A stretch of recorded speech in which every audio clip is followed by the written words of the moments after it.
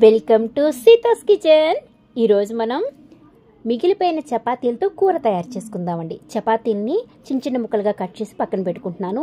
బాండీలో ఆయిల్ వేసుకుని జీలకర్ర, పచ్చిమిర్చి ముక్కలు, ఉల్లిపాయని సన్నగా పొడుగ్గా తరుక్కున్న నవ్వు కూడా వేసేసి వేయించుకోవాలి. తర్వాత క్యారెట్ ముక్కలు, క్యాప్సికమ్ ముక్కలు వేసి వేయించుకుంటున్నాను. బాగా మగ్గిన తర్వాత టమాటా ముక్కలు కూడా వేసి వేయించుకోవాలి. ఓకేనండి. ఈ తర్వాత నేను కొద్దిగా సాల్ట్, కూరకు సరిపడ సాల్ట్ వేసుకుంటున్నాను.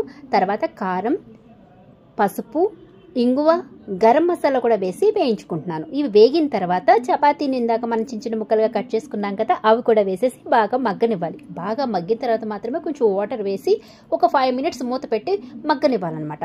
అలా మగ్గిన తర్వాత దాంట్లో కసూరి మేతి, కొత్తిమీరతో గార్నిష్ చేసుకుంటే సూపర్గా ఉందండి. ఇది ఉదయం బ్రేక్ఫాస్ట్గా అయితే సూపర్గా ఉంది. ఈ వీడియో కనుక నచ్చినట్లయితే లైక్ చేయండి, సబ్స్క్రైబ్ చేయండి, పక్కనే ఉన్న బెల్ ఐకాన్ని ప్రెస్ చేయండి. Thank you for watching.